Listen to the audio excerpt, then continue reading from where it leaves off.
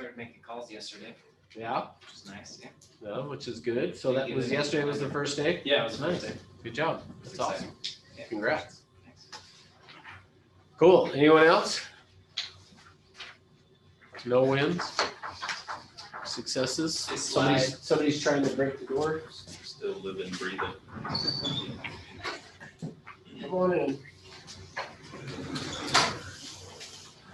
All right. Well, hopefully all you guys online got a copy of the buyer packet we're going to go through. So if not, I did drop one into the chat box. So hopefully you can see that there in the chat box if you did not get one, because what we're gonna do is go through that today. So anyway, before I get going though, any other questions on anything before we get started that's maybe not related to what we're gonna talk about today, question wise? All right. Great this morning. Oh, thank you. Always does. So I'm excited. I got 5 people live in the room with me. So it'll be a happy day for me when I have more people in the room than we have online, but we're not there yet. But we do have a 6th and 7th walking in, so that's good. I'm excited. I think this is a record on Sorry. yeah. All right. Just make sure you guys are all comfortable and all that. All right. So here's what we're going to do. So we're going to go through and talk about this. So I'm going to share on the screen what we're looking at, so that if for some reason you don't have one, you can see it. So let me get that up here, and then we'll get rocking and rolling here.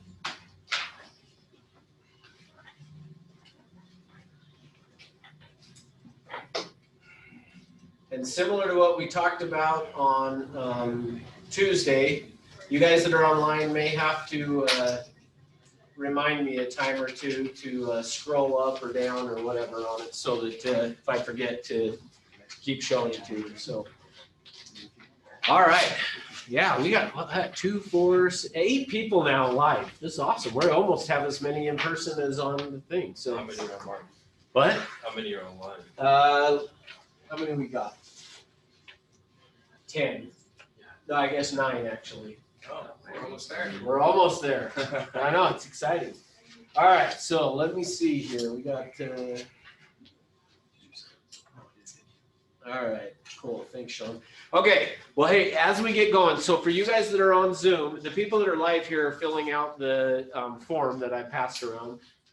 You guys that are on Zoom, make sure you put your first name and last name in the chat box, and also your license number. I need the license number at least once for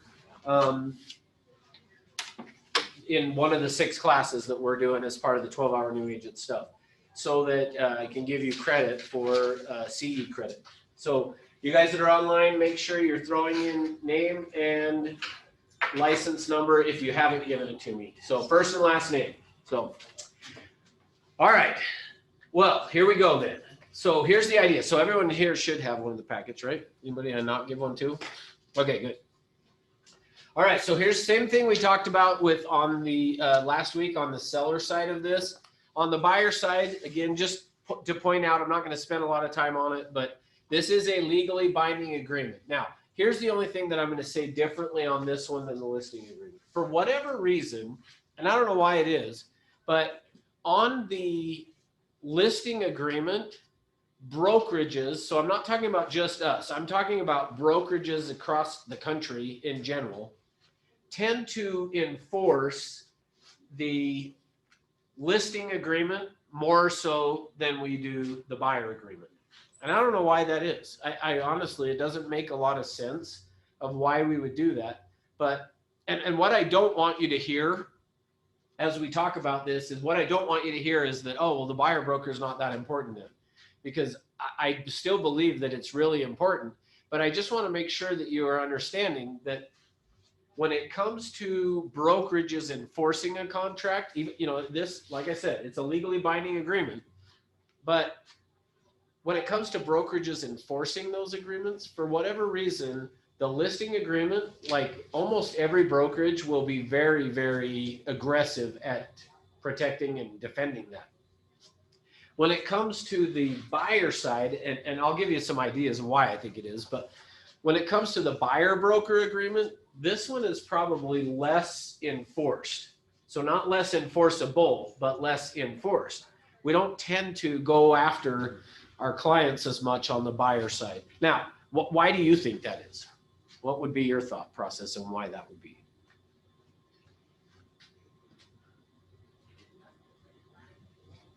Somebody on Zoom, maybe? I would say because in the listing agreement, they have signed that, I mean, they're paying you basically. And in the buying side, it's kind of like, well, if you're having a hard time getting along with somebody, it's probably not worth your time and energy if, you know, if it's going to be harder to get paid, would be my guess. Okay, good.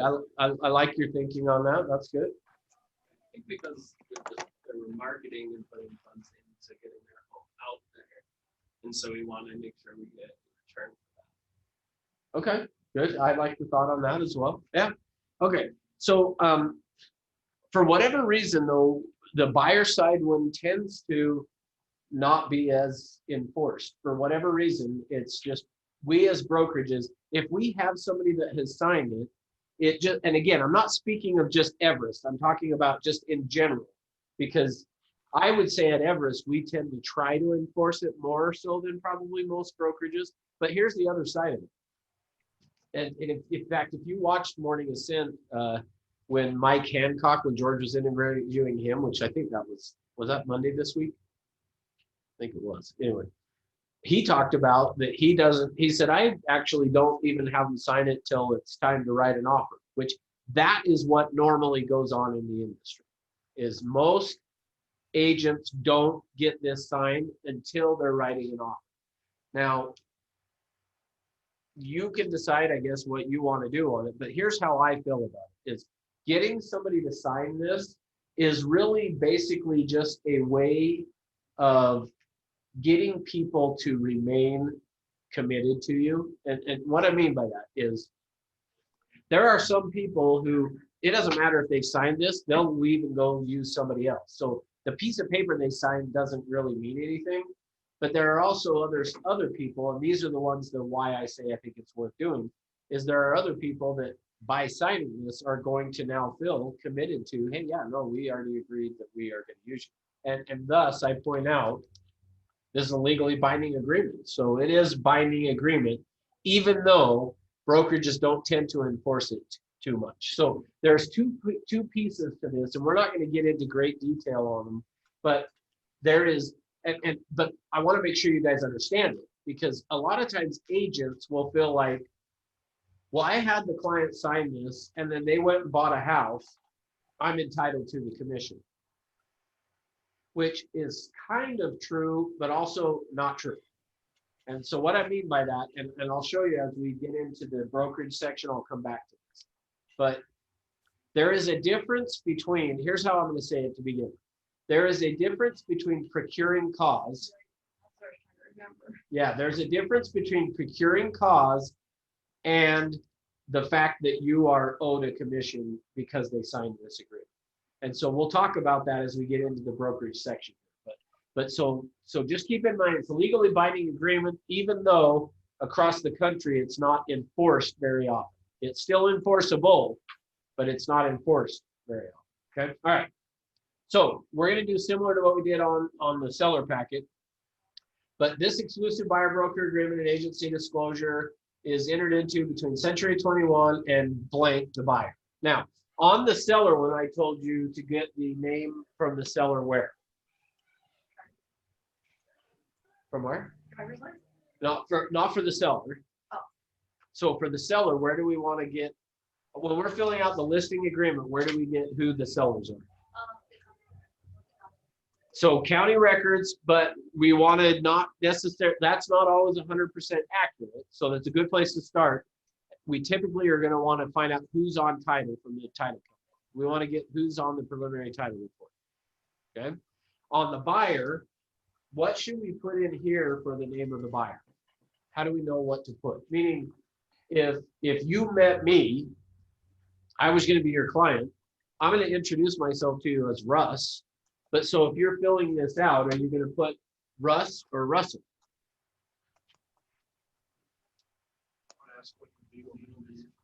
Okay, good. I like where you're thinking. Now, so I'm gonna have you do one minor change from that. Here's what you want to put in here for the name is however they're gonna apply for the loan. So ideally, the way I'm gonna do this is ideally, they have already talked to the lender to apply for the loan. And if they have, hopefully I have a copy of the pre-approval letter from the lender. And if I do, then whatever name the lender has on that pre-approval letter is the name you want to put. Now, why? Why do I want to do it that way? Somebody on Zoom, apparently. Usually the in-class bails out the Zoom people. So. I think so. Like everything matches, so there won't be a problem. Perfect. Yeah. So here's the thing. Here's how I usually explain it. It's not that important that on the buyer broker that it is exactly perfect for how they're applying for the loan. The buyer broker is not that crucial for it to match that. However, when you do the real estate purchase contract, it is crucial because the lender is going to want to see the contract written in the name of whoever's applying for the loan. So here's why I say to do it on here is because now most of us are either using .loop or a DocuSign to fill out contracts and get them signed. Well, because of that, you might as well just have it put into DocuSign or .loop to match how it's going to be on the contract. And if I've done that, then that's why I'm going to put it here. So just think of it as for the name of the buyer. Ideally, what you want to be asking them is, have they applied for the loan? And if they have, if they filled out a loan app, what's the name that they used and who's going to be on title? Because not always is the person, it might be a husband and wife, but only he may be on title to purchase the property. So, all right, nobody else can join us live because I'm handing out my last packet. All right. So that's on the buyer. That's how we're going to be deciding what to put in there, is based on how they're applying for the loan. Okay, so section 1, terms of the agreement. The buyer retains the company, including, and then your name will go there as the buyer's agent, to as their authorized agent, and then it's going to expire at 5 p.m. on blank day, month, and year. What do we want to put in there for the time frame? Okay, 6 months. Any other thoughts? 1 year. 1 year. Okay, good. Anyone else? All right. Here's how I do it. Let me tell you how I approach it.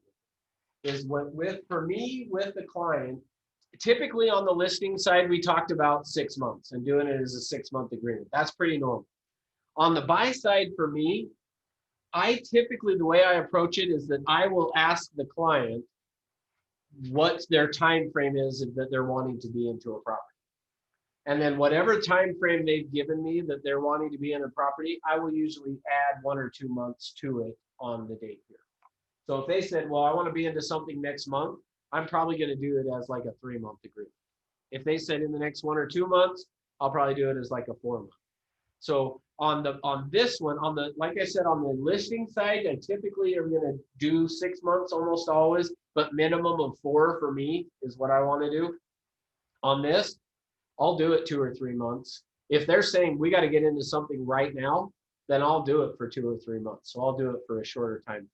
Now, the reason for that being, I'll talk about once we get down into section 5 on the agency. But so for me, I typically am not going to automatic. It's fine if you want to default it to 6 months. But here's the thing to keep in mind is there are fiduciary duties that you owe them. So for me, here's what it is. You get somebody and you sign this for 6 months. What has to happen if they want to go see properties? You got to go show them properties. And for you want to do that for 6 months? Yeah, not necessarily. So I mean, that's kind of where I'm coming from. For me, I use this section when I'm filling this out, I use this as the way to ask the client, hey, so what are you thinking in terms of time frame, which is going to allow me to it's a way for you to find out how motivated they are without just straight out saying how motivated are you, but by saying, hey, so how soon are you wanting to be into a property, and them telling you is going to give you an idea of how quickly they're wanting to be into a property, so that I know how to fill that out. Make sense? All right. The next section there, then we're going to fill in is that if they buy a property located in, and then it has A in blank county, or B located at, and then it has an address. So notice that it says or, because sometimes agents will think, oh, well, I got to put both, but it says or, so you can put either, Salt Lake County, Utah County, all Utah counties, however you want to put it on there, but then or located at. So here's the thing for me. The reason we have it designed that way, of having it property specific even, is sometimes you may come across somebody who is hesitant to sign this, but here's how I think about it. For me, in terms of getting this agreement signed, is kind of your way of knowing if you're going to get paid or not. So here's how I say to people. If you are showing properties to somebody who has not signed a buyer broker agreement, you're prospecting still. Like in my mind, you don't really have a client at that point. You're still prospecting. Even though you're out showing properties to somebody that you probably call a client, they're not really a client because they haven't signed this. And so for me, you're going to come across people who will say, I don't want to sign that agreement. Especially, and I don't know if we have anybody from California on or not, but in California, the agents there tend to really have heartburn with this. But so here's the thing. If you come across somebody who's hesitant to sign it, for me, at a minimum, get them to sign it based on the properties you're going to show them. See, so one of the things I would say at minimum is that if you're going to go out and show somebody a property, you should be saying to them, well, in the event that you decide to write an offer on this property, is it safe to assume you're going to have me represent you on that purchase? And if they said no to that, then that's a problem. But if they say yes, great, I'm going to need you to just sign an agreement when I get there that says that in the event you write an offer on this home, you're going to use me. That way you can put in the property address here. So that's the point of this, is you can put in the addresses here, or you could put on there located at and put C addendum, and then on an addendum list multiple properties if you're going to go show them 3 or 4 or 5 properties. But at least do that. Now, here's why I tell you that. I sat on the professional standards committee at the board, and there was a time we had it was a procuring cause kind of a thing that the agent was trying to say they should be entitled to the commission. Well, we sat and listened to it, and here's what happened for me, is the agent came complaining, basically saying I should be owed on this because I was showing properties to these people, and we would go out and look at properties, and every time we would look at a property, I would ask them if they would sign a buyer broker, and they would tell me, no, we don't want to sign it. And I would show them the properties, and then I would say, okay. And the next time he would go out and show them properties, he would say, okay, I need you to sign this buyer broker. And they would say, no, we don't want to sign it.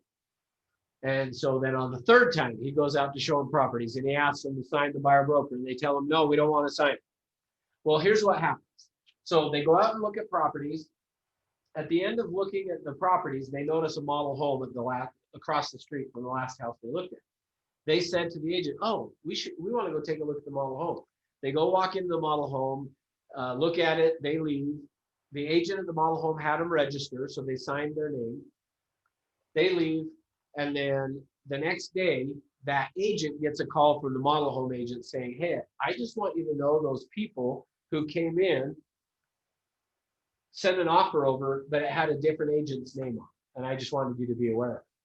So the agent calls up the agent who had written the offer and says, David, did you write an offer for these people on a new construction home? And the agent says, no. And he says, you didn't? And he said, no.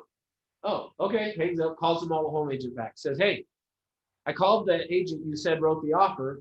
He said he didn't write the offer. And the model home agent says, I've got it in my hand, and it's got his name on it. So the agent calls back, David, are you sure? Because the model home agent says you did. Oh yeah, after I hung up with you, I talked, my assistant did it. I just had put my name on it. I wasn't aware that she had done that. So yes, I did write the offer for it. And the agent said, well, did you go show him the property? No. And he said, okay. And hung up. And so now he's now trying to say, hey, I'm entitled to this commission. Well, as we looked at it on the grievance committee at the board, we looked at it, and for me personally, I'm just telling you me personally what I felt about it, is for me personally, I looked at it and said, I don't think the guy is entitled to the commission on it. And other people were saying, well, I think he is. And here's why for me. So here's the lesson I want you to see from. If you ask somebody 3 times to sign this and they tell you no, why would they do that?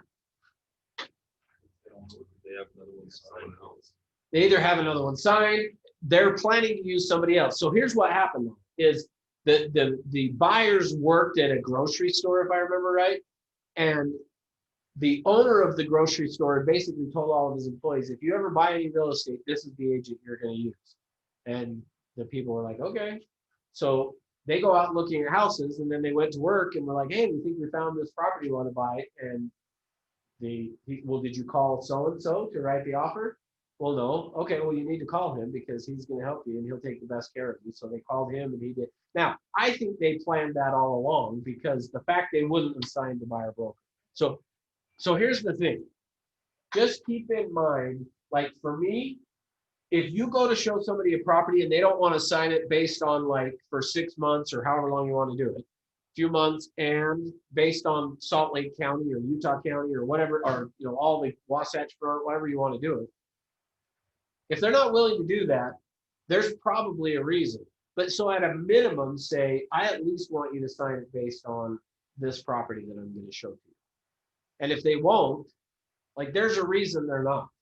Because here's the thing, if you go show them a property, I get it if somebody says, look, I don't want to be committed and stuck in like an agreement with you. I get it if they're saying that. That's fine. But at a minimum, if I take you to this property and you like it and you want to write an offer, you're going to use me, right? And if they're yes, then great. I just need you to sign this. And it says, in the event you purchase this property, you will pay me a commission. That makes sense? Okay. So that's section 1. Make sure you got that filled out. Section 2 now. In section 2 is saying if during the initial terms of this or any extension of it, the buyer does acquire a property, that they will owe you, and then on this particular contract, it says 3% of the purchase price plus a $495 acquisition fee. Now, the minimum on that is a $295 acquisition fee, but as a reminder, you can do it. We have available for you the 3% plus a $295 or a $395, $495, $595, $695. So you can do that. As far as the company, like up to a $995 is fine. If you were going to do something over that, we need to talk about it because why? Like, what's the purpose? And are you delivering a service that justifies that? Because I think I told you we had one agent who did a $4,700 in addition to a 7% commission. So just like from the company standpoint, we kind of like, what service are you providing above and beyond the 7% that justifies a $4,700 addition? And I don't remember what the reasoning was, but anyway. But what if the buyer's agent commission is only 2.5%? Your buyers have to pay the difference. Perfect. That's exactly what I wanted to, that was going to be my next question for you guys. So yeah, so what happens if on the MLS it's showing a 2% or a 2.5%?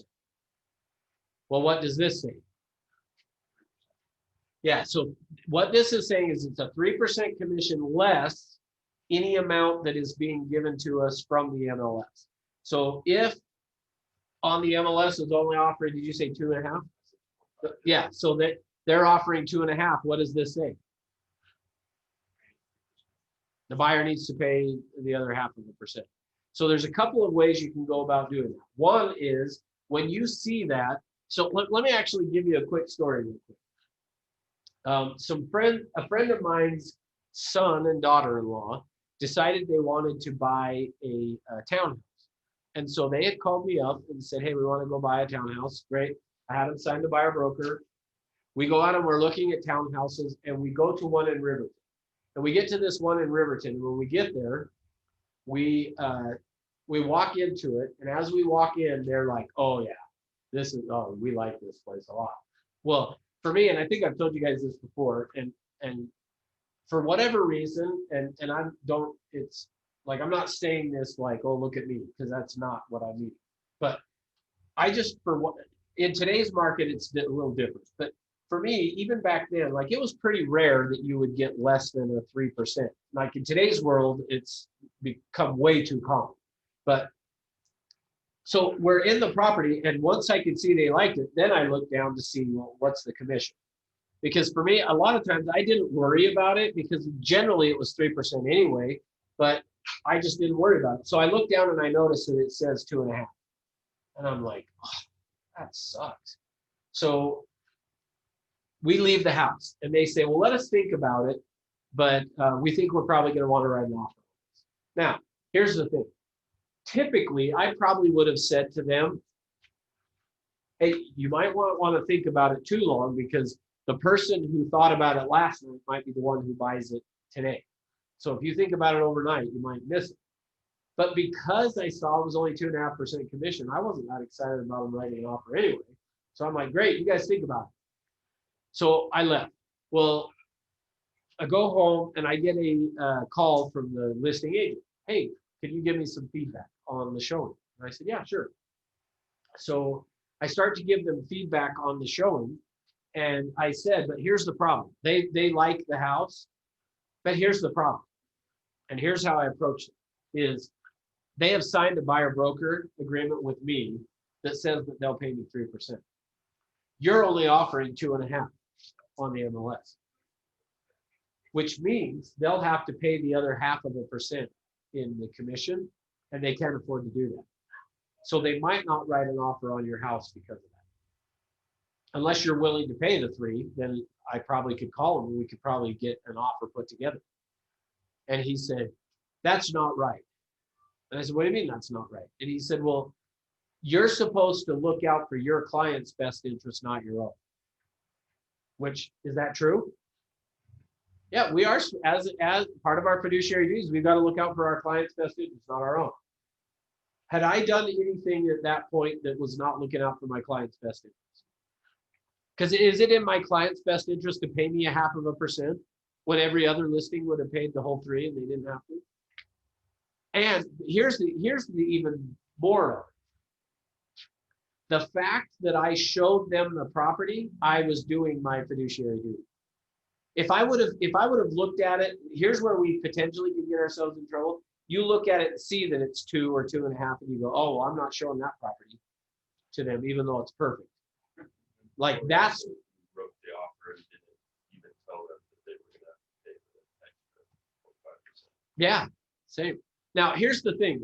Keep in mind that as a company, if that's only offering 2.5, even though they've signed this for 3 for us, the company's not going to come to you and go, you got to go collect that other 0.5%.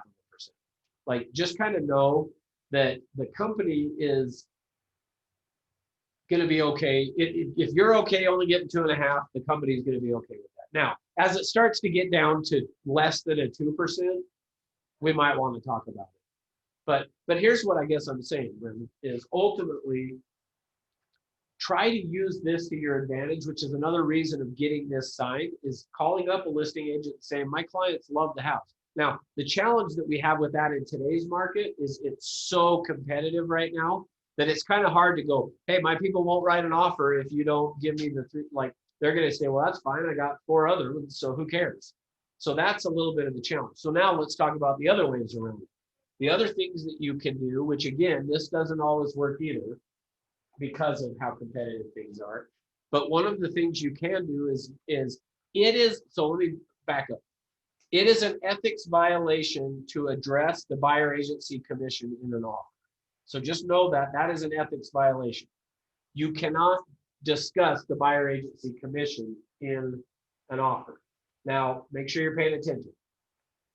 What is not an ethics violation and is okay to do is for your buyer to ask the seller to pay that other 0.5%.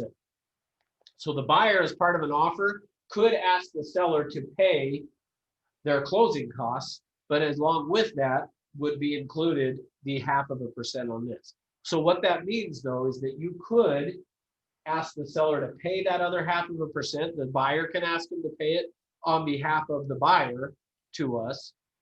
Again, the downside to that is, here's the challenge that we have with that, is the challenge is going to be with that is, again, the market is so competitive right now that when you're writing an offer and you are asking for additional amounts in closing costs, at the end of the day, the seller is just looking at what's my net going to be.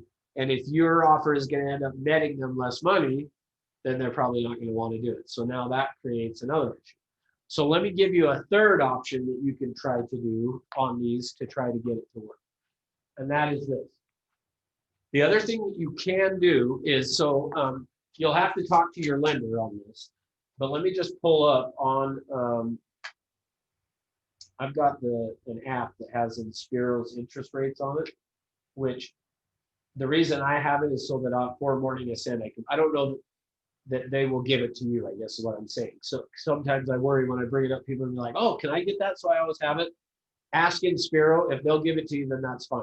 But what happens is this, though. So let me just show you.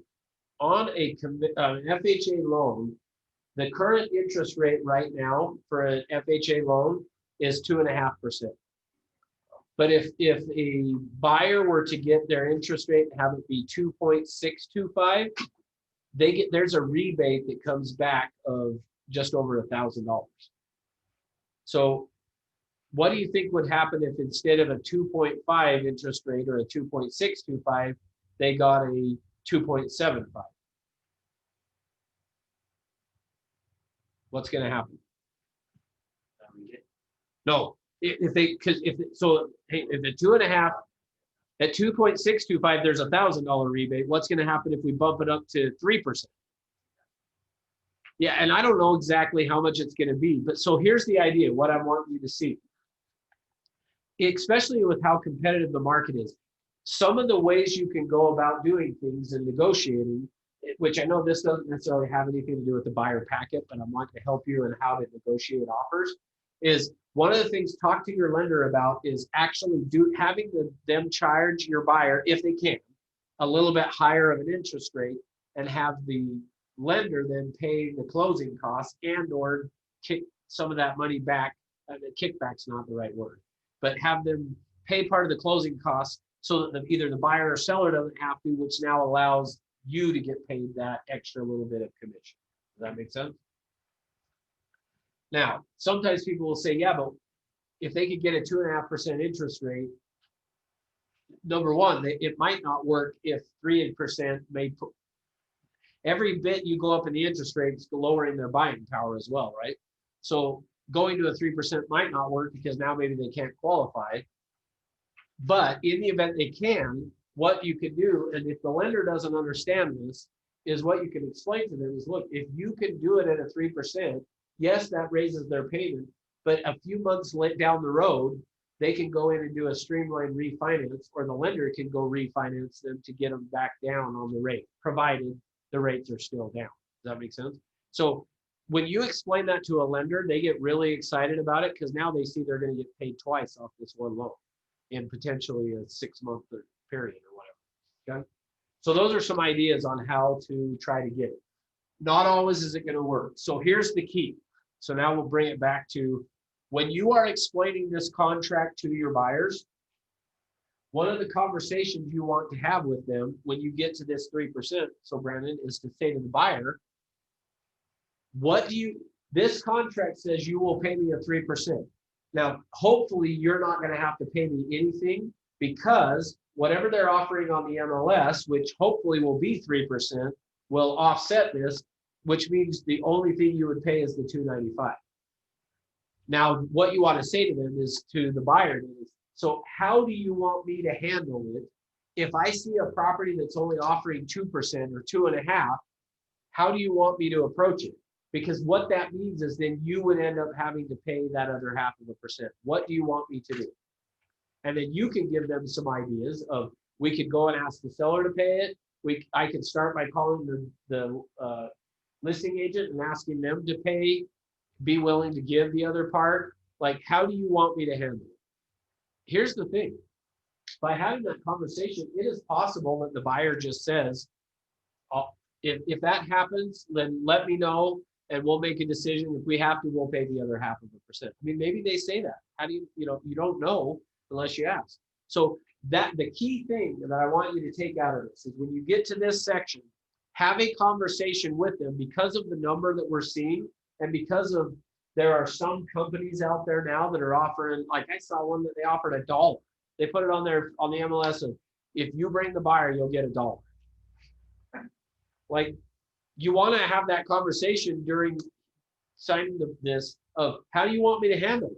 And I would say it to them. If I see a house out there that they're going to only pay $1, how do you want to handle it? Because essentially it will mean you owe the brokerage the whole 3%, versus other properties are going to pay it for you. So what do you want to do? So just have that conversation is the key thing. Make sense?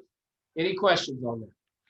All right, you guys on Zoom, I keep always forgetting about you to put in a comment. Put in that you're still alive, you're awake, something, just so that I know you're there.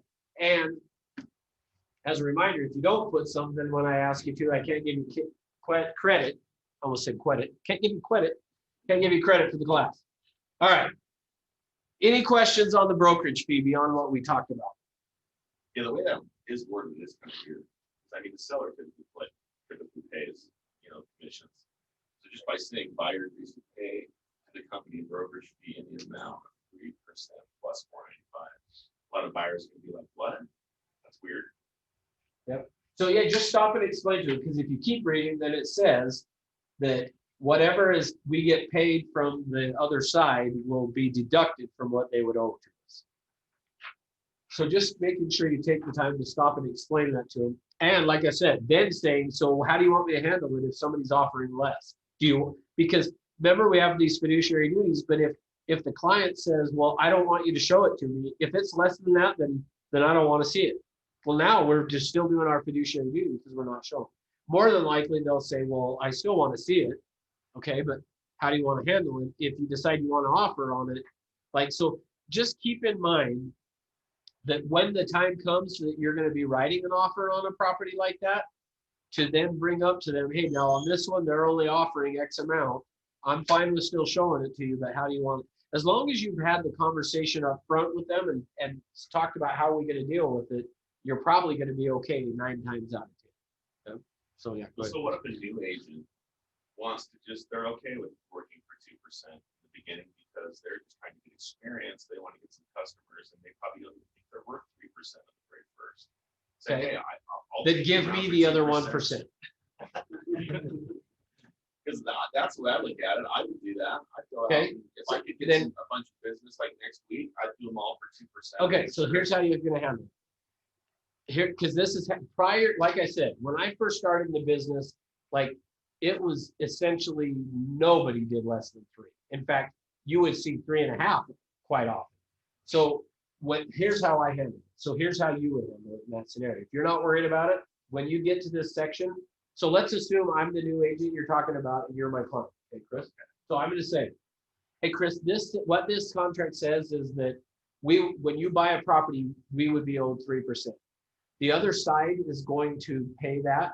So essentially, what I want you to know is I'm not going to come back to you saying, hey, they only offered 2.5. You got to pay me the other half. If that's all they're offering, then that's what I'm going to take. So that's how I would approach it. That's the conversation I would have with them and have a. And the thing is, like I said, as a brokerage, if you're getting 2.5% and you turn it into us, we're not going to come to you and say, okay, you got to go make up collect, the other 0.5%. make up the other 0.5%. Okay. Now, if it's the scenario though of, like I said, where the one brokerage put like you get $1, and if you were like, hey, I'm okay with it for $1, the brokerage is probably going to be like, we're not okay with it for $1. Like, Yeah. we at least want our portions. So yeah, so here's what I would say is you are free. Here's the way to think about it. You guys are free to give away your portion of the commission. And when I say your portion of the commission, what I mean is like the amount of the dollar check that you would take home at the closing, you can do whatever you want with that. You're not okay to give away the company's portion of the money. Does that make sense? So anytime you are going to be doing something that would be giving away the company's portion of the money, you need to get permission. But even with that being said, if it was 2.5 and you said, I'm okay with 2.5, the company's not going to penalize you even on that. The company would say, that's fine, we'll just do your split on the 2.5 and whatever we get as well. Go ahead, Carla. But you still have to go in and change this. Yes, yeah, thank you. So if that's gonna happen, but don't change it until you know, but then you would go do an addendum to it. And the reason for that is, which is a good point, the reason if it is less, you need to do an addendum to this and change it is because from time to time, Century 21 will do an audit. And the way that we pay a franchise fee to Century 21, all of us, of a 6% or 7 or whatever it is, but we pay a franchise fee to Century 21. From time to time, they do come in and audit to say, your contract said a 3% commission, you only got collected a 2.5% commission, but because the contract said 3, we want 6% of the 3, not 6% of the 2.5. Century 21 does have the ability to do that, and so because of that, yes, we would want to do an addendum saying that it's going to be 2.5. So in this scenario, you'd want to wait until you find a house for them? Yeah, I wouldn't. Yeah, I wouldn't do it. No. I just wouldn't do an addendum to it until later. Have them sign it, go look, do an addendum if you find a house. If you found one that was 2.5 and you couldn't negotiate it, do an addendum. And here's the thing: is on the addendum is what you're going to need a signature from the broker, which is how that's why it works out. Does that make sense? All right. We're only 45 minutes in and we've covered 2 sections. All right. Section 3, protection period. Some of the stuff that we talked about in the seller packet, we're not going to hit on. I'm not going to spend a ton of time on this because we already did it and it's the same. So what should we put if within how many months? Yeah, 1, 2, 3, something like that. Just my recommendation is don't do 0. We had a scenario actually recently that happened. The contract expired. The people went and bought a house. The agent came and said, I want to be paid. The first thing I said is, let's look at your agreement. And when we looked at the buyer broker agreement, they had put if within 0 months. And I was like, there's your host. You didn't even give yourself a month. So I would at least put a month. Okay. All right. Buyer representations and disclosures. This section, the buyer is just warranting that they have. Now, here's the key thing on this. We get trained at over at the board. You need to be asking if people are working with an agent, right? That's the way they taught you. Well, let's read what this actually says on here. It says the buyer warrants that the buyer has not entered into any other exclusive buyer broker agreement with any other brokerage that is still in force and effect. The buyer will, in all communications with other real estate agents, notify the agents in advance that the buyer has entered into this exclusive buyer broker agreement with the company. See, technically, the buyer should be telling you when they meet you, I've already signed this. So you want to make sure you educate your clients when they sign this. Any interaction you have with another agent, let them know you signed an agreement with me to represent you. Then they'll leave you alone. That's how I present it to them. Hey, if you don't want agents bugging you, if you walk into an open house or whatever, number one, don't do that. Call me first. But in the event you do, make sure you tell them you've already signed this with me. Okay. So technically, they should be doing it. In our code of ethics, what it says in terms of us asking about if they are working with an agent is actually when we have to do it according to our code of ethics is prior to providing a substantive service. And then it puts in parentheses, writing an offer or presenting a CMA. So technically, our code of ethics says we don't have to ask if they're working with another agent or sign a broker agreement until we're ready to write an offer. Well, until we're ready to provide a substantive service. So a substantive service leaves that open a little bit, but it gives examples of things like writing an offer or presenting a CMA. So until you're providing a substantive service, you don't have to ask. Okay. All right. Section 5, agency relationships. All right, I'm going to spend a minute on this. Since some of you guys just passed the test, what are our fiduciary duties that we have to do? Okay, good. So disclosure, full disclosure. What else? Okay, good. Confidentiality. I'm hearing nothing from the Zoom people. Come on. They say they're still here in the live and stuff. But. All right, what else? Loyalty.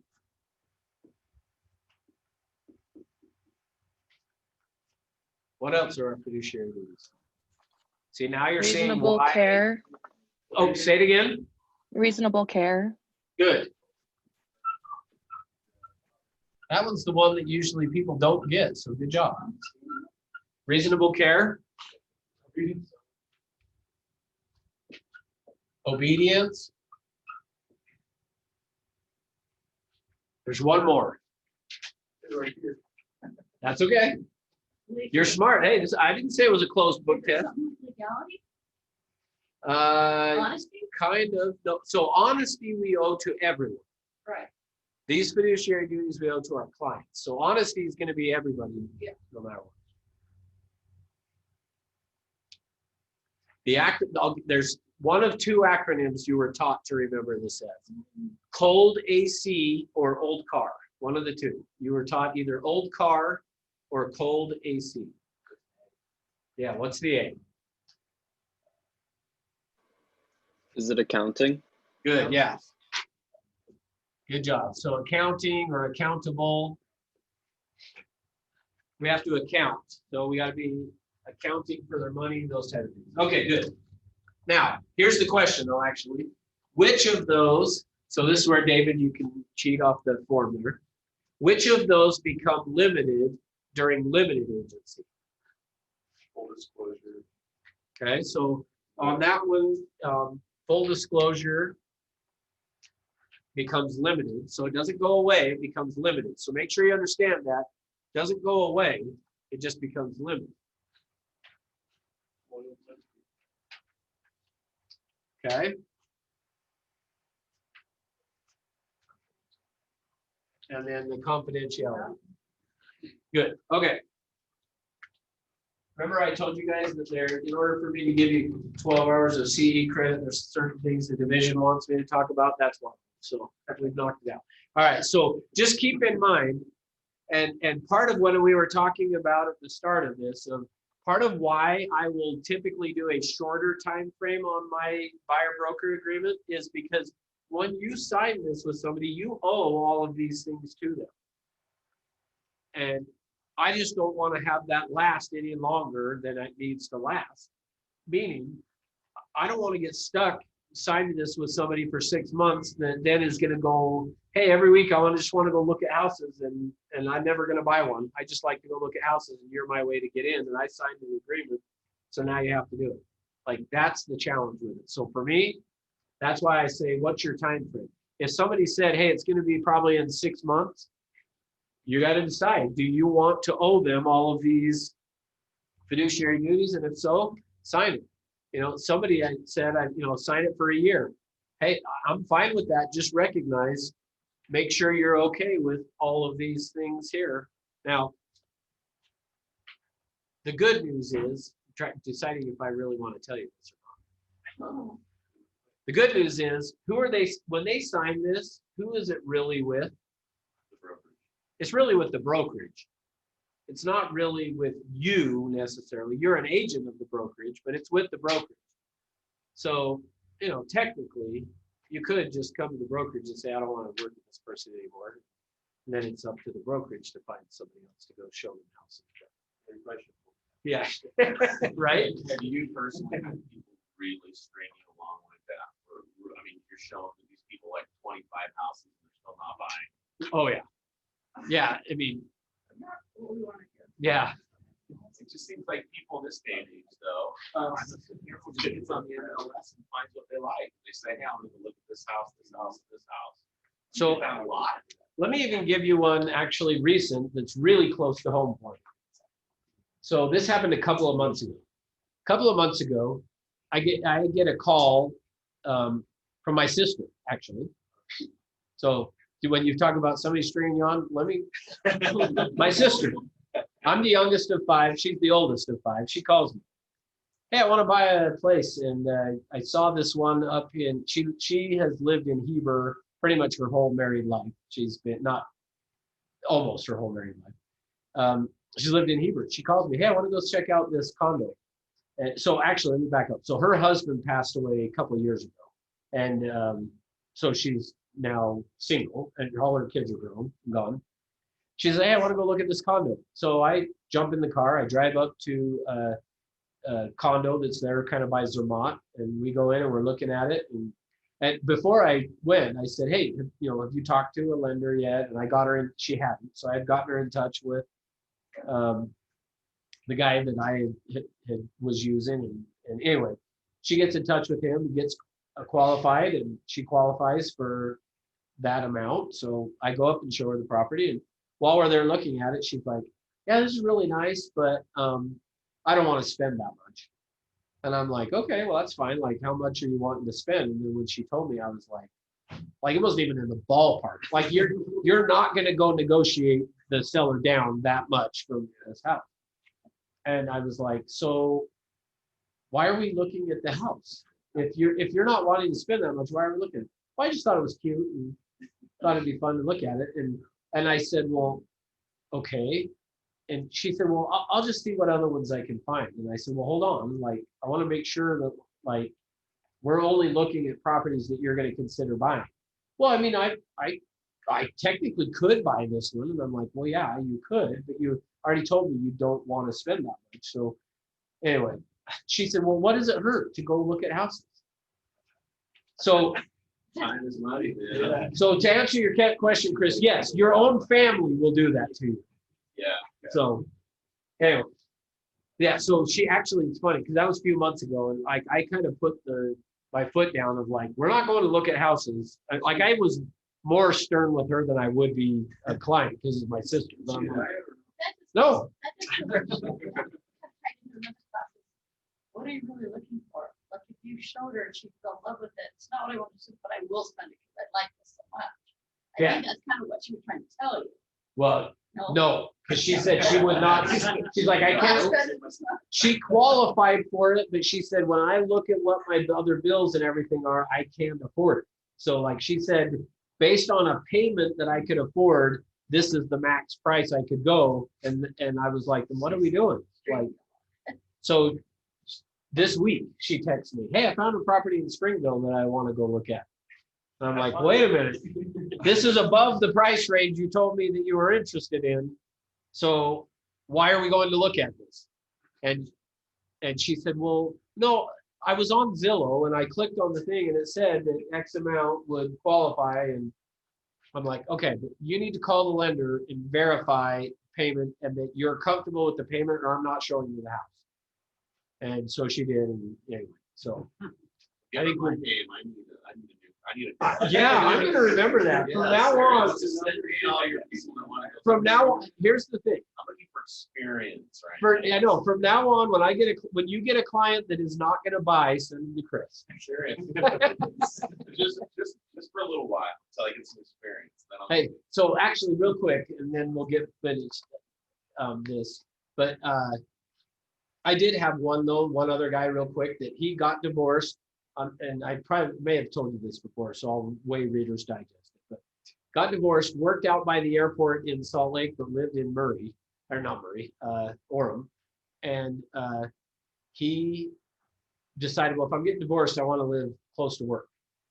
So I started showing him properties he wouldn't buy. Like, I want to find a good deal. I finally found a really good deal for him, and he still wrote a lowball offer and turned into multiples, and he wouldn't raise it.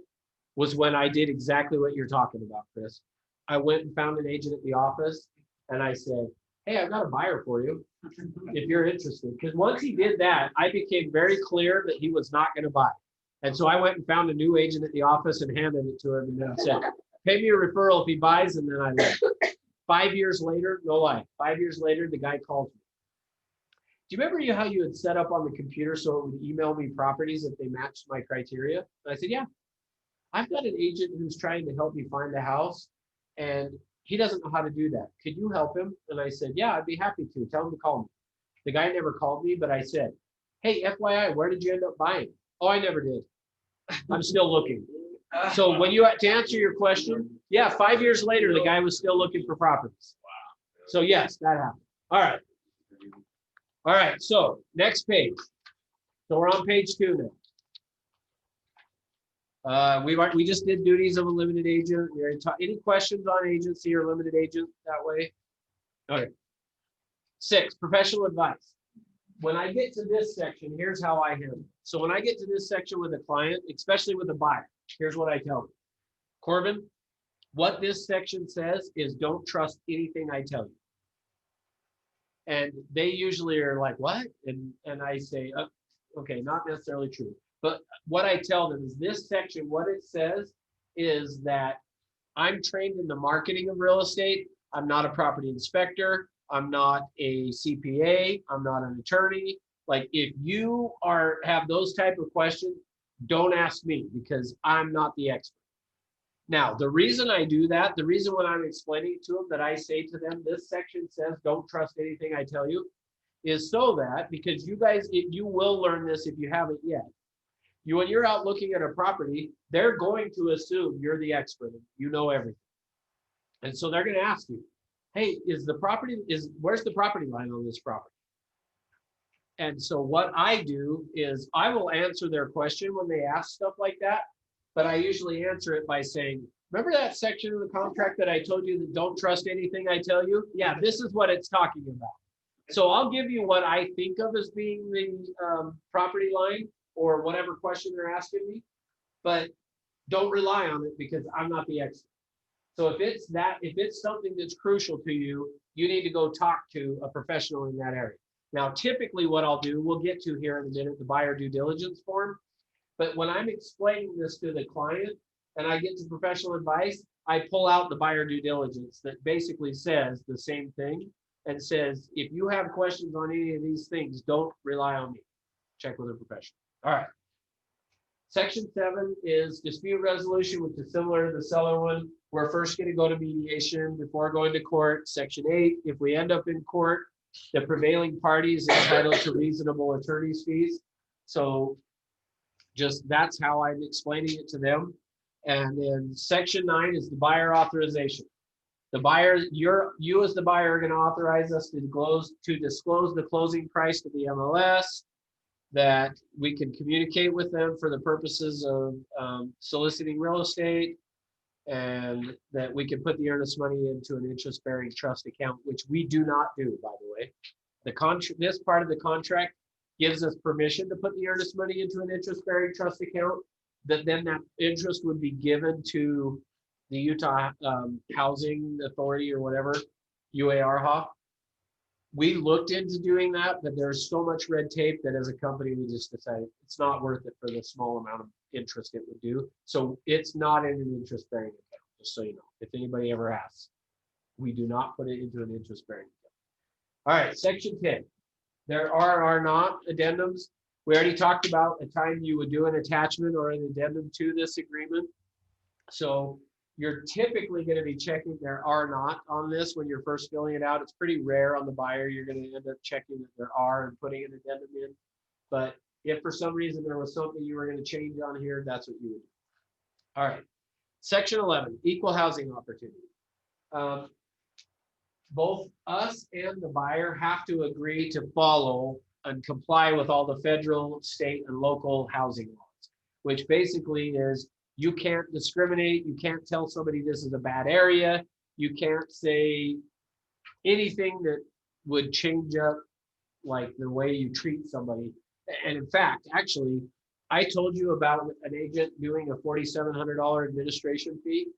Part of the fear that we had as a company, I'll just tell you on it, was it seemed like, and I was never a part of if they researched this to find out or not, but it seemed like that agent would charge a higher administration fee to certain classes of people. so a certain ethnicity, seemed like she charged this higher fee. Well, that could be a problem if, if somebody were to come back and say, how come if the people were from whatever country, doesn't matter, you charge them X amount, but somebody from local, you didn't. Like that could be a problem. So like I say, if you're going to charge differing amounts on that administration fee to your clients, there better be a reason behind it that doesn't look like, oh, that ethnicity you charged a higher fee to than this one or whatever. So like, just be careful. And here's the sad thing is typically when I have seen that take place, it is usually somebody from that same ethnic background that takes advantage of their own people on that. So like when I'm saying that, like, keep in mind that it isn't necessarily, one class taking advantage of another. Sometimes they're taking advantage of their own ethnicity. Is that the right word? I guess. Yeah. So just kind of keep that in mind of like, you can't be like, oh, well, I'm white, so I could charge white people more money than, like you can't do that kind of thing. Okay. All right. So follow all the fair housing laws. Oh, let me ask you a question since we're supposed to spend a little bit more time on that on fair housing. How do you handle it though? What if somebody says to you, Philip, I don't want you to show me any houses where there are X kind of people, like fill in the blank. I don't care what they say. Mormons. No. Get out of Utah, right? I just kind of point out that I cannot enter into a deal that would offer a discrimination against the party. So either we have to take that out or I have to walk away from this stuff. Okay, good. Yeah, so ultimately, what about this? Now, and I think my son is on here. The class. He's still on? Yep, he is. All right. Well, he probably won't be surprised at what I'm going to say anyway. When we sold, so the class we what? So if he's listening. Yeah, oh, yeah, that's true. He probably still. I was waiting to see if he would unmute and say, "Oh no, I'm listening." I stopped listening to you a while ago. There you go. That's what I mean. All right. So the home that we did the CMA on Tuesday, for you guys that were in the class on Tuesday, that house. When we sold that house, my wife said to me, like, and here's what's funny is like, I was surprised, but I wasn't surprised. So sort of because of her dad, but like she said, when we sell the house, we've got to make sure that the house, I'll say it the nice way. This is not how she said it, but we got to make sure it goes to a nice family that's going to take care of it, is basically, that's not what she said, but that's what she meant. And I was like, hold on, like all that I care about when we sell this house is that their money is green. Like that's all that matters to me. So like, that's kind of how I would say to some extent, you got to keep in mind of approaching this is like when you have a client, because you're going to have somebody on a listing appointment or something that says, hey, like I want to make sure that my neighbors get a good person moving in, or that says, a good family with kids, or like anything like that is discrimination. You can't do it. So at the end of the day, the answer I always have is, hey, as long as their money is green, that's all that matters. You don't sell that to your client, so give us another. No, that is what I said to the client. I would say that, if the client said, don't bring me any offers from any people that are from X, whatever country, something.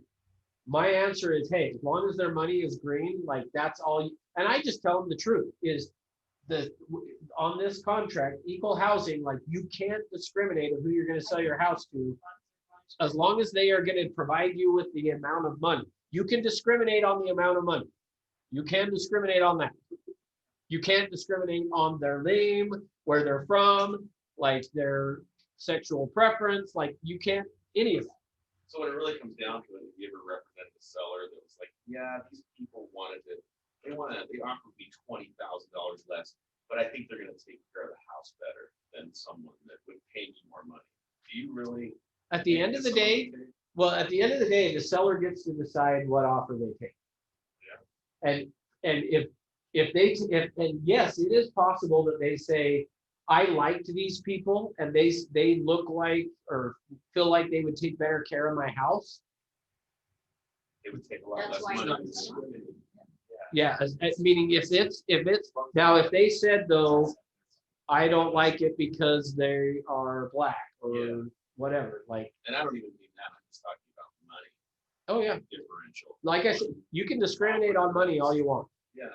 So if they say, hey, which to some extent, so here, this is an emotional thing, meaning that one of the things that we used to do is when I first started in the business, when we would write an offer, you would go to the seller's house, sit down, or your office, either the office or the house, but you would sit down with the seller and the listing agent and present your offer. And we would usually, hey, let me tell you about the buyer. You know, they're excited about this and they've got 3 kids and they this and that. Like, you want to get the seller emotionally attached to your buyer, of liking your buyer. And because, yeah, if they do feel like, yeah, they're going to take care of my house, they might take less money. If they just feel like we like them, they just were whatever, like their kids were the same age as ours. Like if they want to take an offer based on that, they can do that. Yeah. But it's at the end of the day, it's the seller's decision. Your job is just to make sure that they're following all of the fair housing law. Does that make sense? All right, so we'll say more. The last class we'll do of this is we're going to play a game of Jeopardy in the laws class, which that's what's funny is the laws class is probably the funnest class we're going to do, even though when you look at it, you're like, really? I promise. It could be the most boring, but we're going to play Jeopardy, which makes it kind of fun. So especially on the laws class. So I'm going to tell you guys that are on Zoom for the laws class, if you can be here in person, you'll have a better experience being here in person. And I will too. So When is that next week? yeah, it's next week. I think next Thursday, actually. So if you can be here in person, do it. We might all have to wear masks because we won't be able to social distance. Well, I'm not going to, but you guys might have to if you're sitting close to somebody. But and actually, if we ended up with too many, I would have to. But. All right, we'll talk more about it during the laws class. All right, so number 12, electronic transmission and counterparts. This section is basically just that we're agreeing we can do it electronically. Is basically what it is. Okay. 13 is the due on sale clause. The only place this is really going to matter for your client is if they are doing a lease option. So if they're going to purchase a home that's a lease option or seller finance, then you need to take the time, especially with the buyer, take the time to explain this due on sale clause. Here's my belief, guys, especially you guys that are newer in the business. I believe you are going to see the day, and hopefully I will too, but I believe you're going to see the day where we're going to have people with these incredibly low interest rates that are buying houses right now at 2.5%. And I don't know when this is going to happen. It might be 5 years down the road, 10 years. I mean, it might be 15. I don't know. Somewhere down the road, though, interest rates are going to be 4, 5, 6%. Well, you're going to have sellers who have an interest rate at 2.5% that the smart agents are going to figure that out and go, hey, when you sell your house, we should do it like as a seller finance, where you just have them assume your loan, whatever it is, at that lower interest rate, or maybe that they are now going to pay the seller a 3% interest rate or 4%, if interest rates are at 6% or something, that they'll pay. It'll be a way for a seller to sell their house and still collect basically some additional money on top of it, and or get people into houses. So at that time, this due on sale clause is going to be really important for you to understand. In today's market, there's hardly any seller finance stuff happening. So you don't have to worry too much about it. But just know, if somebody's going to do a seller finance or lease option, you better take the time to understand this due on sale clause and explain it to them. Because they can enter into a seller finance, the bank enacts this due on sale clause, and they end up losing the house potentially if they can't pay it off. So just make sure you understand it. All right, section 14 is the entire agreement, that there's not anything that's not disclosed here, and that the effective date of this agreement is effective as the date the buyer is authorized as the agent, blah, blah, blah, all that stuff. All right. They're gonna sign it, you're gonna sign it. Before you flip the page, notice that in red it says you have a real estate need. Oh, see, you guys online did not, I don't think you guys on Zoom are paying attention because you didn't tell me that I'm not even on the right page here. So are you guys really paying attention or you just look? So on Zoom, You emailed us the packet individually. That's so what I we was gonna can say. Keep Put up on that. okay, Yeah, good. sorry, I'm using my own paper. All right, good. Put that in the notes so I know you're still paying attention, that you're looking at your own packet or something. Just something so that I can prove to the division I did my job. All right, before you flip the page, do you have a real estate need? Sorry, I still didn't get it there. Do you have a real estate need, a property to sell or purchase outside the market area? Don't forget to ask that question. You'll miss out on extra money if you don't ask that. All right, next page. On the bottom here, it has in red on the second page. All right, next is the buyer due diligence checklist. For you as a, remember I told you guys on the seller packet that the seller disclosures are the most important form that the seller is going to fill out. You remember that? This buyer due diligence one for you. So I think I said it as the seller disclosure statement is the seller's get out of jail free card. Essentially, this is yours. Your get out of free card, jail free, is this buyer due diligence form. So again, remember I said to you that I will mention to them that don't trust anything I tell you. I pull out this due diligence form and tell them. Basically, all of these bolded areas are some ideas of areas that you might want to consider checking or testing. Or if you have questions about those, don't rely on me. I am not the expert. Yes, I might be have been in the business for a long time. I may have been in and out of properties, may have seen a bunch of stuff, but I'm still not the expert. So don't rely on me.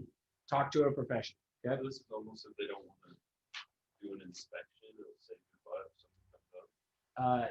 Yes, but even if they do an inspection, this will still save you. Because in the event they try to come back and sue you, they would come back and say, so let me give you an example of where agents get in trouble is this. You show up to the home inspection. At the home inspection, the home inspector tells you on this outlet over here, there is a problem with how the wiring is. It's reversed. It's reversed out, and they need to fix that. And agents will say stuff like, oh, that's really not that big of a deal. Like, I wouldn't worry about it. The seller or buyer then doesn't worry about it. The home catches on fire because it burns down. And for whatever reason, their homeowner's insurance says, you were aware of that, you didn't fix it. And then they go, well, Brandon told me it wasn't a big deal. So the purpose of this form is that they, if they tried to come back and say, you said that, we're going to then present this to them saying, we told you we're not the expert, don't rely on us. So that's why for me, your best answer is always point them back to this. Now remember, you signed that form that says, don't trust me. So if that's a word concern, you should talk to an electrician about it. Really quick. So I went to an inspection with my buddy last week as an agent, and there was like 45 things wrong with the house. He's like, oh, dude, this is nothing. You should have seen the one I did yesterday. Yeah. And so I'm like, well, what do you go back to the seller for then? And he's like, don't even worry. Unless it's major, don't even worry about it. I mean, this outlet here, this window, you know, these blinds. Now, who's saying don't worry about it? Your buddy or the My home? buddy, the agent, he said, if you go back in this market and want the seller to fix everything, you're just going to be like, you know, I've got 3 other offers and I don't want to build. So he just said, a lot of that stuff you don't deal with. Because me, I mean, I had never been in one of those. And I was like, geez, man, you got like a lot of stuff. The seller has a lot of stuff to take care of. They got to fix 25 things. And he's like, you don't even like make a big deal out of like almost all of those things. Yeah, that is pretty much true. But here's the key. The key thing on this is if it's a big deal to your client, they should worry about it. Because if you tell them, don't worry about it. Now, here's how I present it to them. What I always tell them, and you want to do this before the inspection. So I'm glad you went on that. Because part of what you want to do is tell them before the inspection. When they do the inspection, they're going to come back and when they list the report, there's going to be like, there's a ton of things that they're going to know. here's how I tell them. You want to look at that report as basically as it is a way for you to go from not living in this home to be very familiar with the house. And I say it this way. You want to look at it as most of the things are going to be kind of on your honey-do list. What the home inspector is doing is going to be creating for you a, hey, here's your Saturday projects to work on over the next few years.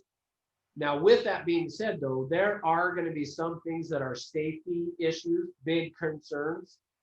Those ones are going to be the things we're going to go back and ask the seller to fix, is if there are big major things. But you want to prep your client that, look, they're going to note a bunch of things, but most of it is like, these are things for you to just keep an eye on so that when you move in, you already kind of know what's going on. Versus like in my house, I know, hey, my roof is 20 years old. I'm probably going to have to replace it in the next few years. Well, somebody else moving in might not have an idea when that roof was put in. This is kind of a way for them to know, hey, in the next few years, you're going to have to do that.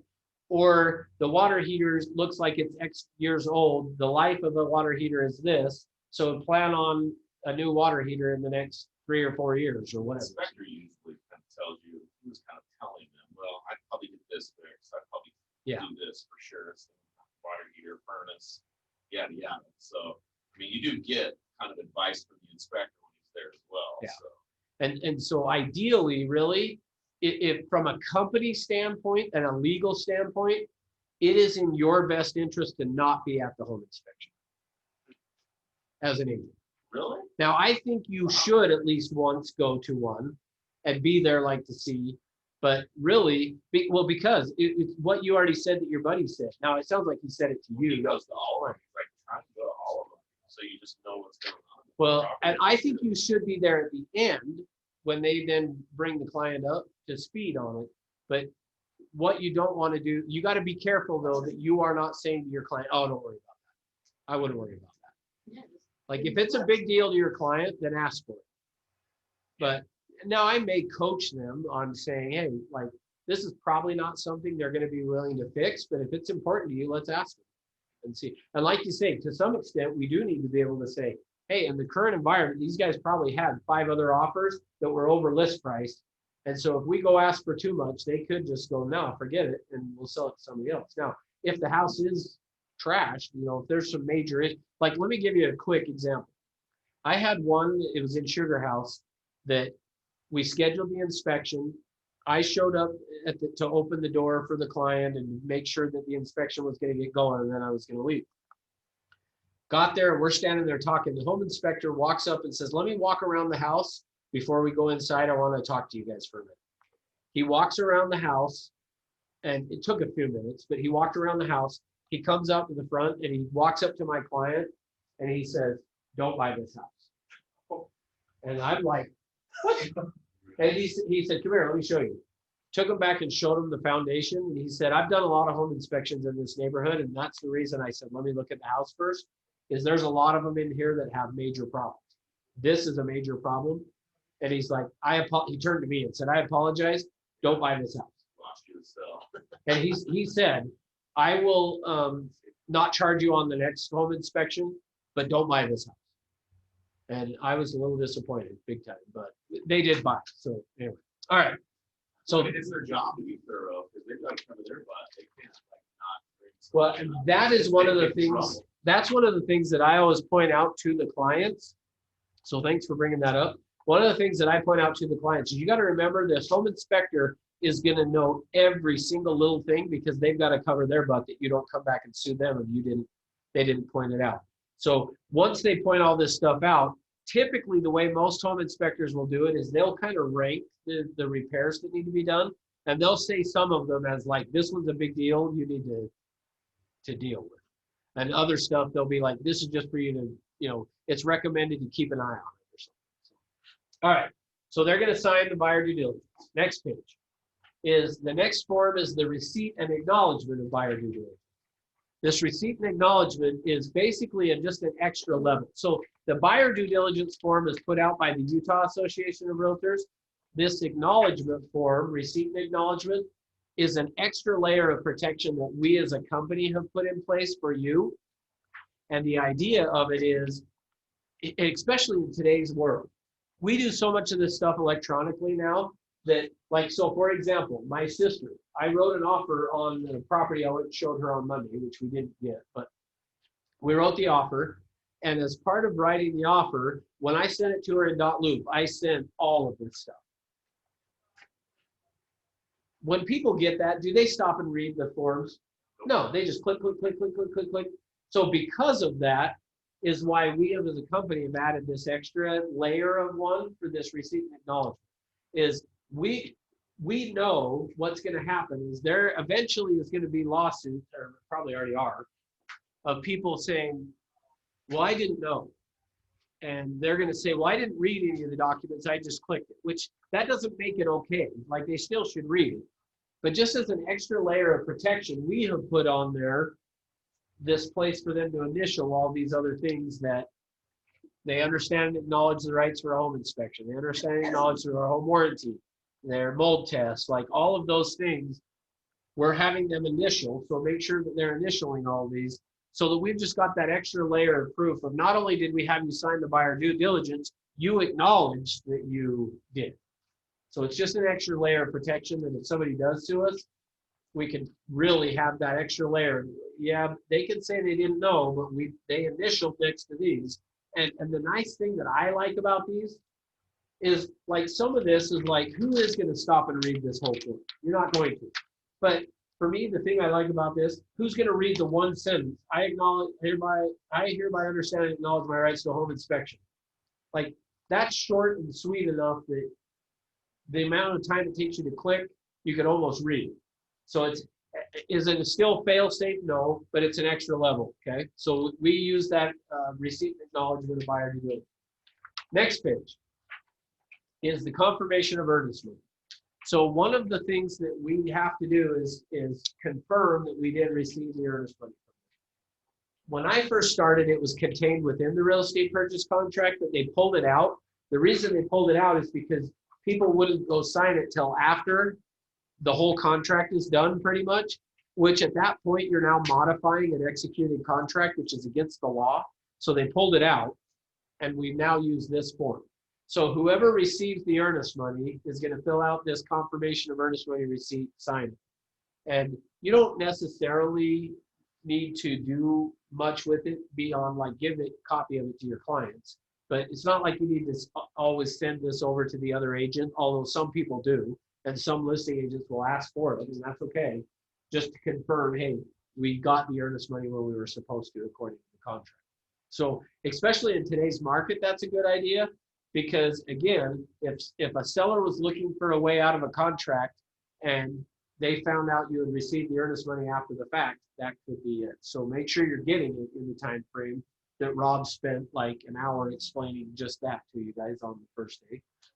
Make sure you're signing this, that we did it according to the contract, okay? All right, next is limited agency consent form. When do we use that?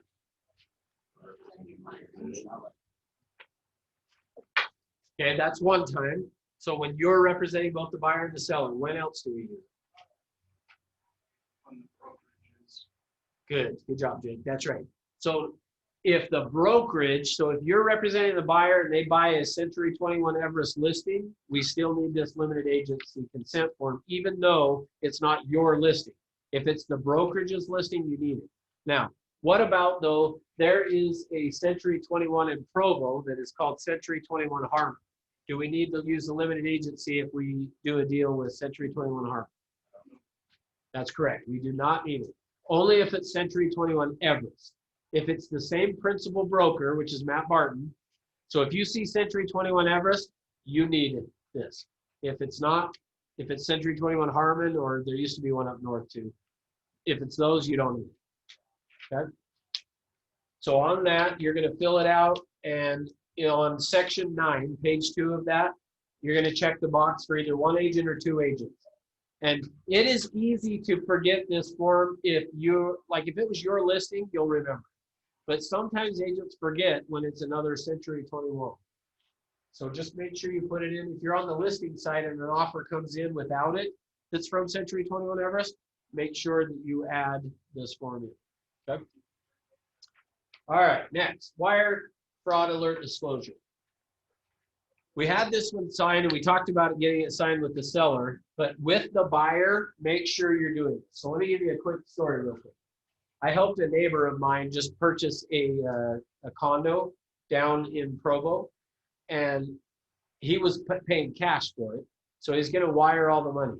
Like in that scenario, like I all but told him, like, walk into the title company and make sure you're talking to a real person before you wire the money. Like, that's the kind of level you need to be with this, because I'm telling you, if your client wires the money off to some wrong account, it's gone.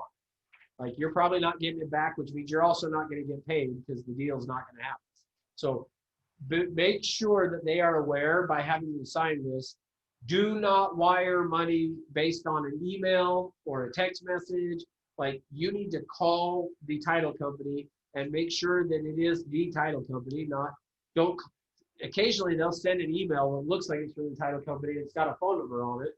And even the last one I saw, this spoof email, even at the bottom of it said, be careful of wire fraud. Like, it detailed out of, you make sure you call this number and that you're not wiring to the wrong place. Well, the phone number that they put on the email was to go to them. So they go, oh yeah, that's the right one.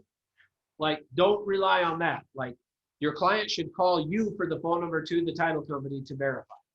And then you give them the phone number of who to talk to verify. I mean, like, I'm trying to say that way over the board, because I'm telling you, you will be way disappointed along with your client if they wire the money to this fraudulent account. All right, last, or second to last, I guess, page is the affiliated business arrangement disclosure. Because we meaning Century 21 Everest, the owners of Everest, also have an ownership interest in Inspiro Financial, we have to have this signed. And notice here, though, that it does say you are not required to use the listed provider, and there are frequently other settlement service providers available. Like, it's saying, you know, check around. You don't have to use Inspiro, even though the owners of Everest would recommend that you do, and we would recommend it. They don't have to. So the reason for this form, sometimes agents feel like the reason for this form is that we're doing it to try to get the people to Inspiro. As much as Everest would love that, the purpose of this form is required by RESPA. It's part of the RESPA laws that we have to disclose we have an affiliation with Inspiro. And at some point here in the next, by the end of the year, I would guess, we're going to have a title company that will get added to this as well, that we would recommend you use that title company, but they don't have to. What's that? It is not, well, I guess that's subject to change, but as of right now, it's not going to be Vanguard. So until it's officially launched, which is pretty close, it's possible, but it's not Vanguard. So. All right, even though there are good friends, but all right, next page, lead-based paint disclosure. We talked about the seller side, so now we'll just talk about the buyer piece. On the buyer side of this lead-based paint disclosure, you're going to have them read section 1, initial in section 3 that they've received copies of the information in 2A or B. They're going to initial that they've received the pamphlet, Protect Your Family from Lead in Your Home. I might be wrong, but I believe that there's a lot of agents having their clients initial all this and they've not given them the pamphlet. Make sure, and it's in .loop, you can share it with them. Share it with them in .loop so that we have proof that we did, in addition to, they're going to initial it, but make sure you share it in .loop with them so you've got proof that you shared it with them. Which essentially, that just basically says, don't eat lead paint. So just don't eat lead paint. And then section 3C, they're going to initial that they read section 1. 3D, they're going to initial either A or I or double I, so 1 or 2, and either that they're going to take a 10-day opportunity, in which case you then need the lead-based paint addendum. So the lead-based paint disclosure is required on properties built prior to what year? Prior to 78. So if it was built in 78, we don't need it.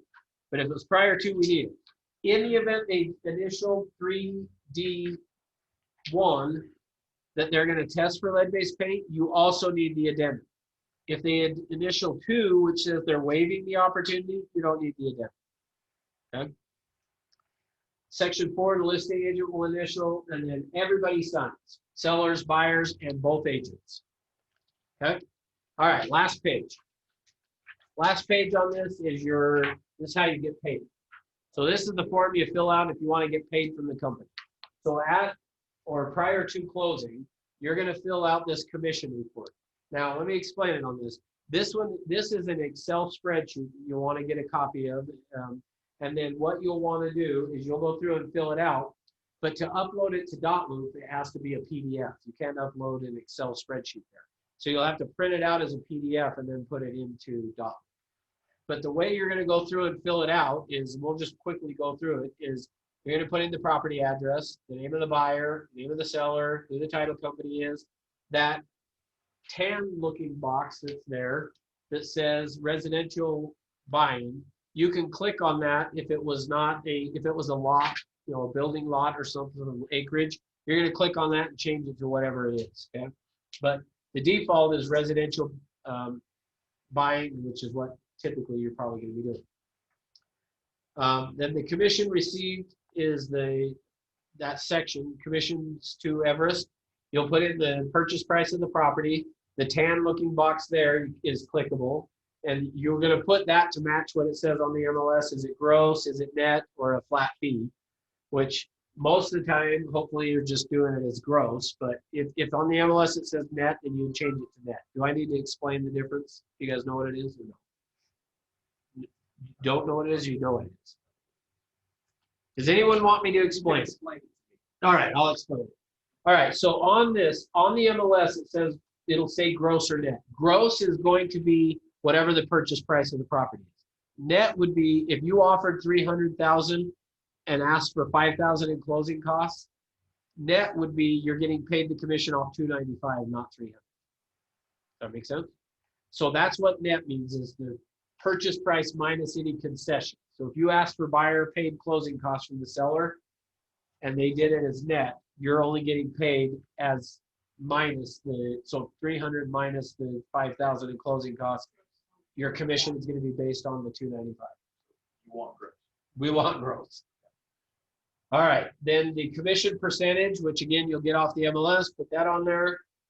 Commission to an outside referral company. If you're paying a referral to someone, if another agent called you and said, hey, I got a lead for you, but pay me 25%. Look, the example I used where I go hand the buyer who's not going to buy to Chris, if they end up buying, but he was going to pay me a 25% referral fee, well, actually, you wouldn't do that here because that would be for, this one is for an outside company. So if somebody in a different company did, What if they don't do that?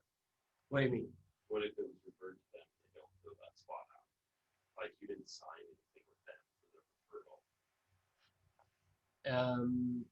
referral. Then well, so I'll give you a quick story on that. I had a friend of mine, his mom lived in Texas. She was going to be selling her place. I referred them. They took a long time to get the property sold.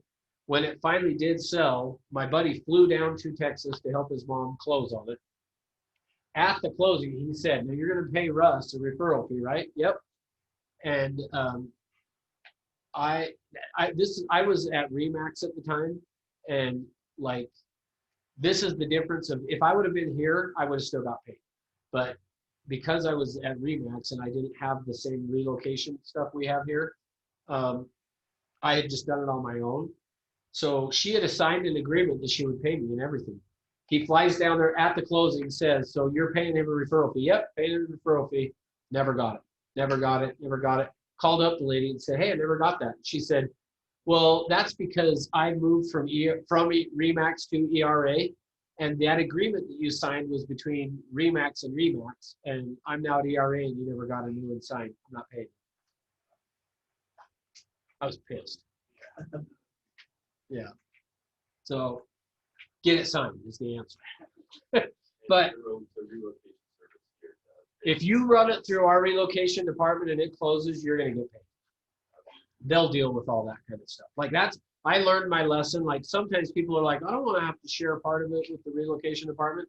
I would have gladly shared some of something than not sharing anything with nothing, which is what happened.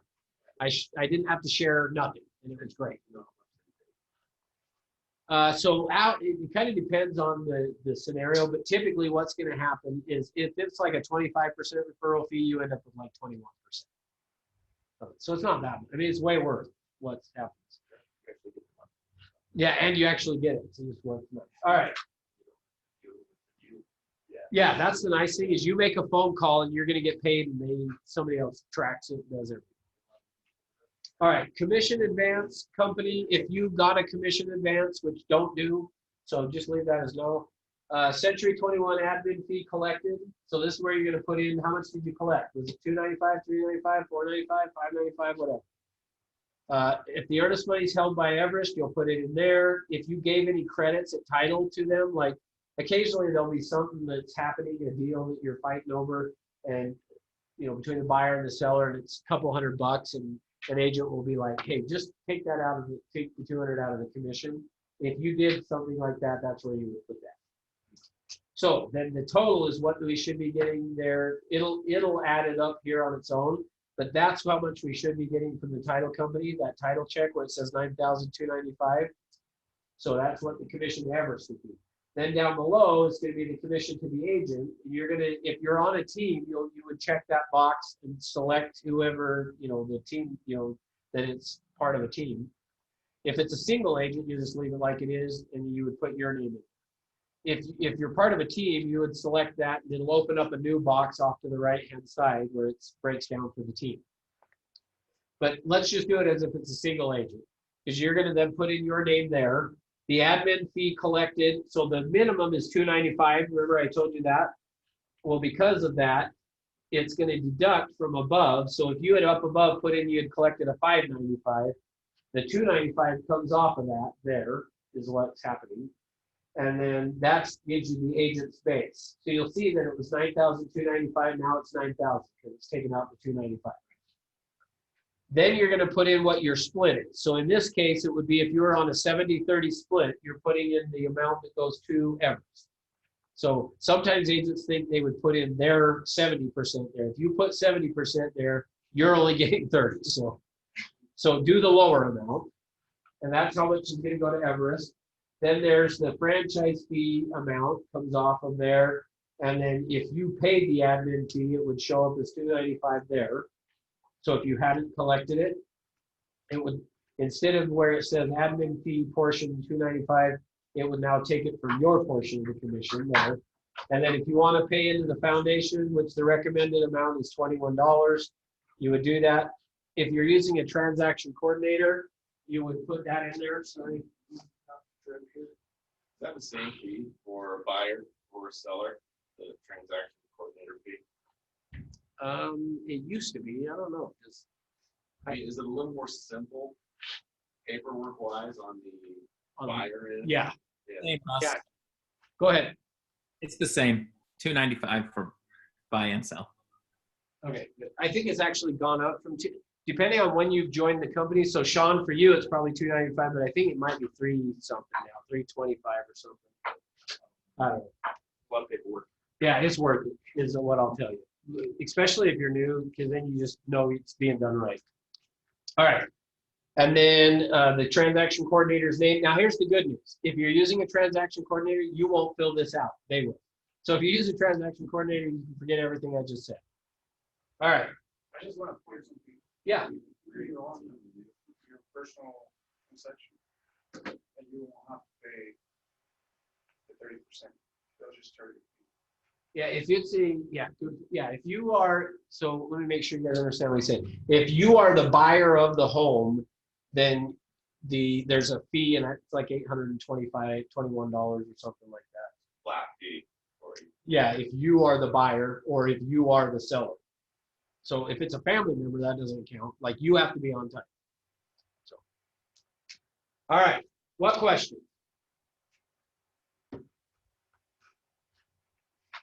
All right, well, we're done for today. So have a good holiday, because it's Labor Day Monday. Next Tuesday will be the REPC workshop. And just kind of to make sure. Occasionally people will say to me, oh, I already did the REPC one with Rob.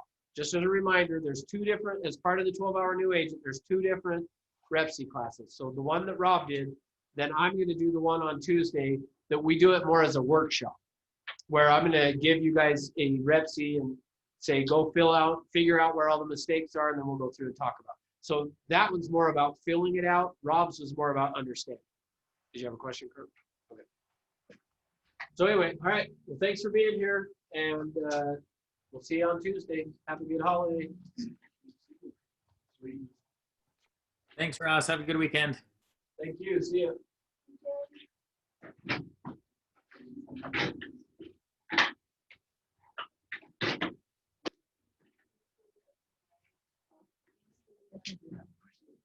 Oh, yeah.